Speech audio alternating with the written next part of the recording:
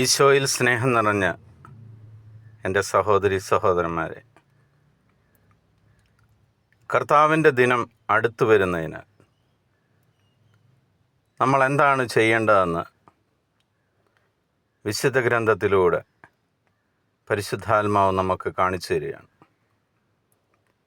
ഇന്ന് നിങ്ങൾ ശ്രവിക്കുന്ന തിരുവചന ഭാഗം ജോയൽ പ്രവാചകൻ്റെ പുസ്തകം 2-ാം അധ്യായം 12-13 തിരുവചനങ്ങൾ.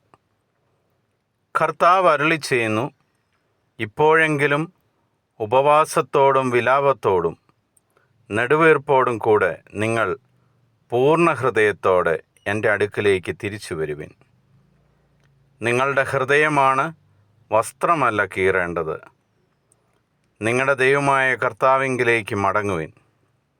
എന്തെന്നാൽ അവിടുന്ന് ഉദാരമതിയും കാരുണ്യവാനും ക്ഷമാശീലനും സ്നേഹസമ്പന്നനുമാണ്.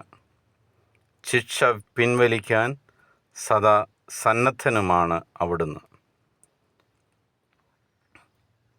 ആരെന്നെ സഹായിക്കും?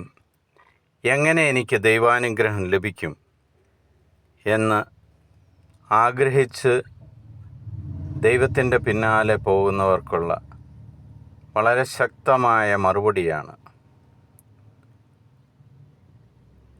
നിങ്ങൾ പശ്ചാത്തപിക്കുമെന്നുള്ളത്. വസ്ത്രം കീറിയല്ല, പുറംകുപ്പായം കീറിയല്ല, എന്നാൽ ഒരു സർജൻ തൻ ഹൃദയത്തെ കീറിമുറിക്കുന്നത് പോലെ നിങ്ങൾ നിങ്ങളുടെ ഹൃദയത്തിൻ്റെ വിശുദ്ധി കർത്താവിൻ്റെ മുന്നിൽ വെളിപ്പെടുത്തണം. നിങ്ങൾ എന്താണെന്ന് ദൈവത്തിൻ്റെ മുന്നിൽ തുറന്നു കാണിക്കണം. ഹൃദയത്തെ കീറി മുറിച്ച് കർത്താവിന് സമർപ്പിക്കണം. അങ്ങനെ ചെയ്യുമ്പോൾ സ്നേഹനിധിയായ നമ്മുടെ പിതാവ്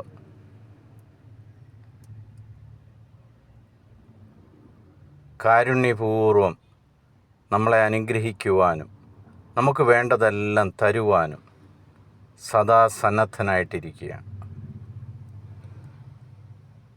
ഈശോയുടെ വരവിന് മുൻപായിട്ട് സ്നാപയോഹന്നാൻ വിളിച്ചു പറഞ്ഞ പോലെ, പശ്ചാത്തപിക്കുവിൻ, സ്വർഗരാജ്യം സമീപിച്ചിരിക്കുന്നു.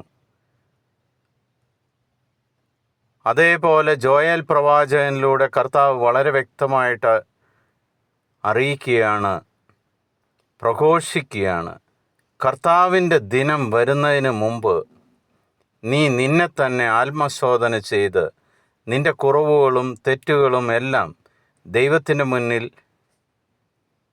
സമർപ്പിച്ച് നീ വിശുദ്ധീകരിക്കപ്പെട്ടാൽ ദൈവം നിനക്ക് അനുഗ്രഹങ്ങൾ കൊണ്ട് സമൃദ്ധമായിട്ട് നിന്നെ ഉയർപ്പിക്കുമെന്നുള്ള തിരുവചനമാണ്. ആകയാൽ സഹോദരങ്ങളെ, ദൈവവചനം നമ്മൾക്ക് 2 കൈ നീട്ടി സ്വീകരിച്ചുകൊണ്ട് നമ്മൾക്ക് വന്നിരിക്കുന്ന കുറവുകളും തെറ്റുകളുമെല്ലാം കർത്താവിൻ്റെ മുന്നിൽ ആത്മശോധനയ്ക്കായിട്ട് സമർപ്പിച്ചുകൊണ്ട് ദൈവാനുഗ്രഹം നേടുവാൻ ദൈവം നിങ്ങളെ ഇന്ന് സമൃദ്ധമായിട്ട് സഹായിക്കട്ടെ എന്ന് പ്രാർത്ഥിക്കുന്നു. കർത്താവിൻ്റെ ദൂതന്മാരുടെ സഹായം എപ്പോഴും നിങ്ങളുടെ കൂടെ ഉണ്ടായിരിക്കട്ടെ. ഈശോ മിശിഹായ്ക്ക് സ്തുതിയായിരിക്കട്ടെ.